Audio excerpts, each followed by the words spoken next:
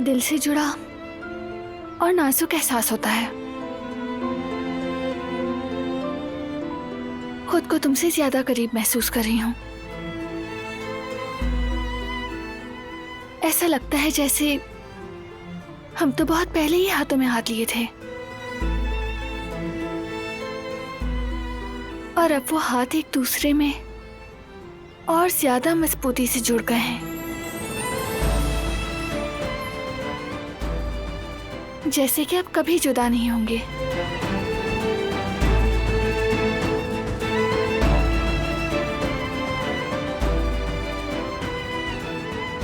शायद मैं ठीक तरह नहीं बता पाई, लेकिन कुछ ऐसा ही है। नहीं जानती।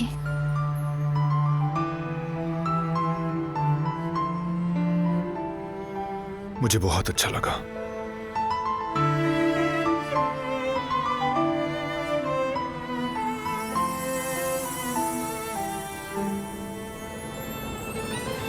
और तुमने बिल्कुल सच कहा। हम कभी जुदा नहीं होंगे दिलान। अब मेरे दिल में तुम्हारी कदर में इजाफा हो चुका है।